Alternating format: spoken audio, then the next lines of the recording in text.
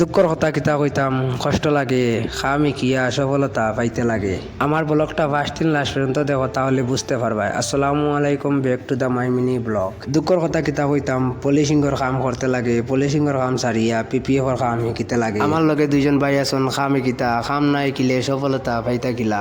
তারার মা তুনিয়া আমার দুঃখ লাগে গেল, তারারে কাম শিকাইবার লাগিন আমার ফুল চেষ্টা রইল। তারারে কইলাম কাম পালাইয়া চলো, আগে খানি খাইলাই বাদে কাম করমু আইয়া। খানি বানানি শেষ, গেলাম হাত ধুইলাম, তাল ধুইলাম, খানি খাওয়াত লাগি গেলাম। খানি খাইয়া আবার আই গেলাম, সামানপত্র রেডি করলাম, করিয়া তারারে মেশিন ধরাইয়া দিলাম।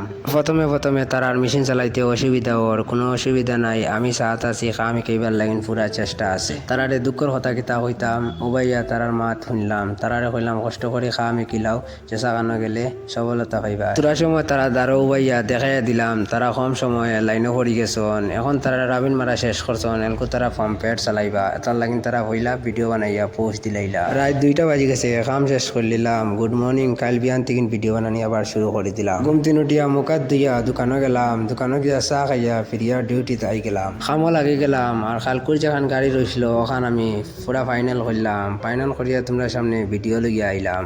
আজকের ব্লগ ভালো লাগলে একটা ফলো করে যাইও, খামর রেডি ভিডিও বানাইয়া তোমরা সাপোর্ট পাইতে লাগে। অত কষ্ট করি ভিডিও বানাই, রাতে এডিট করি, তোমরা যদি একটা সাপোর্ট করো তাহলে আমার এক সপ্তাহে 1000 ফলোয়ার্স কমপ্লিট করে দিতে পারি। তোমরা আশা আমি ভিডিও বানাই, তোমরা যদি সাপোর্ট করো তাহলে আমি আগুইয়া যাই।